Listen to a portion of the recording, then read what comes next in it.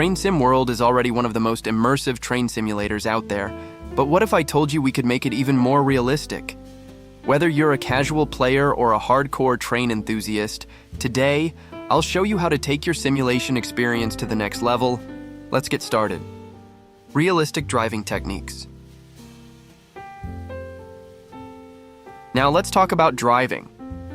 Instead of rushing through a scenario, try operating your train the way real engineers do by activating some safety features such as AWS.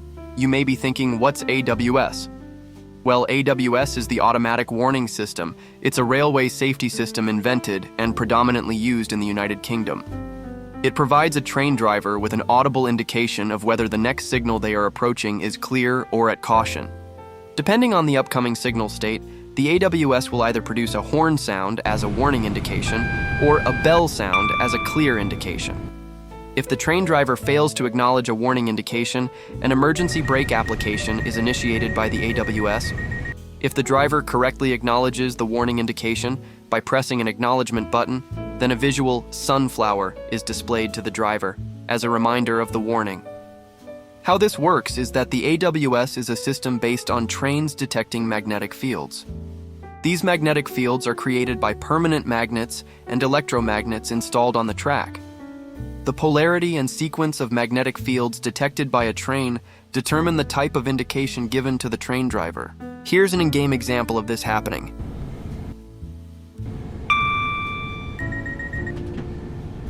Next safety feature we are going to look at is DSD. The driver's safety device is often abbreviated to DSD and is also commonly referred to as the dead man's.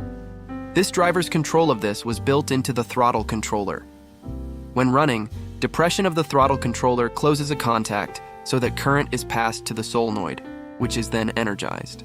In more simple terms, the DSD is a safety mechanism designed to automatically apply the brakes if the driver becomes incapacitated or loses control of the train. The DSD typically involves a pedal or handle that the driver must keep pressed or periodically release to acknowledge their presence and alertness. If the driver fails to acknowledge the DSD within a certain time period, the train will automatically apply the brakes, stopping the train. The DSD can be a foot pedal, a handle, or a button that needs to be pressed periodically to reset the vigilance system. The vigilance system is the exact same as the DSD system itself, more of another layer to keep passengers and the drivers safe. Arrival and departure. Arrival and departure are the two most important skills you must have as a train driver.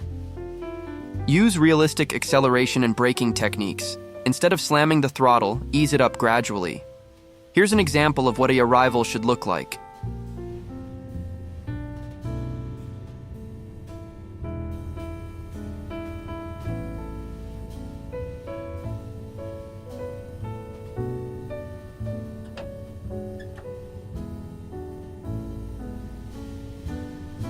Arriving at a train station can be a bit difficult and intimidating, as many new players don't know if they are going too fast and might overshoot the platform, or if they are going too slow and will arrive late.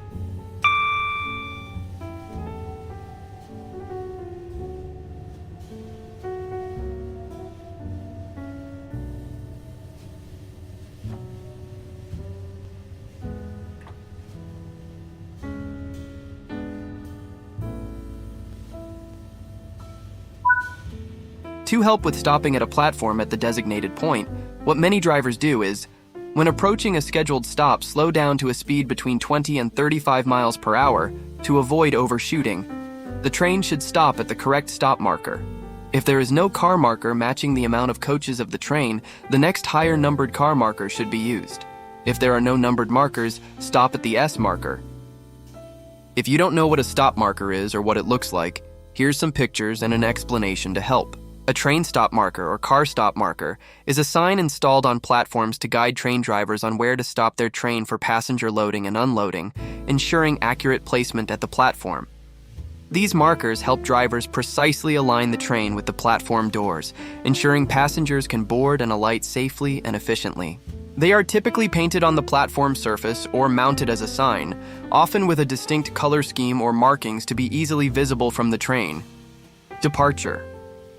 When departing a station for passenger comfort, you must be very smooth. To do so, you must have good throttle control with the throttle notches. I usually use 2 notches till I'm at 20 miles per hour, then use full power till I'm at the designated speed limit. Follow real-world speed limits and signals. In Train Sim World, there are many signals and changes in speed limits, so this is going to be a long segment. 2 and 4 aspect signals. Green aspect. Clear. Proceed normally at permissive speed. Double yellow aspect. Preliminary caution. Proceed expecting caution at next signal. Yellow aspect. Caution. Proceed and preparing to stop at next signal. Red aspect. Danger. Stop. These signals can have another meaning if they are flashing.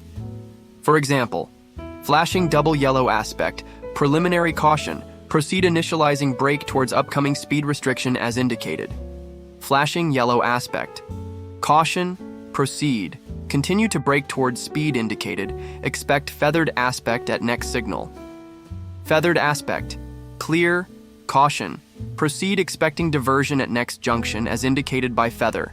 Drive in accordance with relevant signal aspect. Note, this aspect can also be green depending on various factors such as the required speed reduction or number of possible track changes at the location. Banner repeaters. 1. White horizontal banner, on. The signal it applies to is set at danger. 2. White diagonal banner, off. The signal it applies to is set to a proceed aspect. Note, proceed can mean either clear or caution, as the block to which it refers is either way absent of danger. 3. Green banner. Off. The signal it applies to is set to specifically a green aspect. The meaning off or on is off diagonal on horizontal, just to make it a bit more simple. Position signals. 1. Subsidiary signal. Used in conjunction with a main signal for calling on procedures. 1A. Continue. Driver has permission to pass the main signal regardless of its aspect. 1B. Stop. Driver must obey the aspect displayed by the corresponding signal. 2. Ground position. Light, typically found on standalone posts with no corresponding main signal. 2A. Continue. Shunting movements are permitted. 2B. Stop. Pre-1996. 2C. Stop. Current. 3. Limit of shunt signal, a type of ground position light which can display stop only. Back to the 2-4 aspect signals. Signals are very easy to follow, but how do you know when a red signal is coming without using your HUD? Well, sometimes you don't. So people use many methods on how to predict a red signal.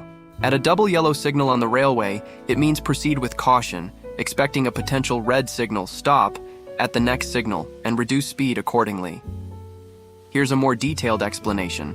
Double yellow signals indicate that the route ahead is not clear after 2 signals, and drivers must prepare to stop at the next red signal. It's recommended to slow down in anticipation of a potential red signal, allowing ample time to brake if necessary. Think of it like this. If the speed limit is 60 miles per hour and you see a double yellow signal, decrease your speed to half the line limit, which would be 30 miles per hour, so if you see a red signal, you can slow down quickly enough so you don't pass it.